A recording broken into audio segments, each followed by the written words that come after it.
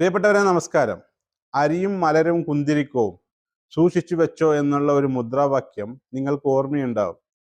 ആ മുദ്രാവാക്യം ഓർമ്മയിൽ നിൽക്കാൻ കാരണം അന്ന് അത് വിളിച്ച സംഘടനയ്ക്കെതിരെ കേരളത്തിന്റെ പൊതുസമൂഹം എടുത്ത നിലപാടായിരുന്നു. ആ വാർത്താ ചാനലുകൾ ഒരാഴ്ചയോളമാണ് അത് ചർച്ച ചെയ്തത്. ആ മുദ്രാവാക്യം ഇങ്ങനെ ഇഴകീറി പരിശോധിച്ചു.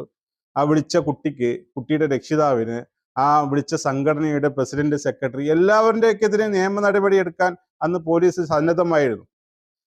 അതങ്ങനെ മനസ്സിലിരിക്കട്ടെ.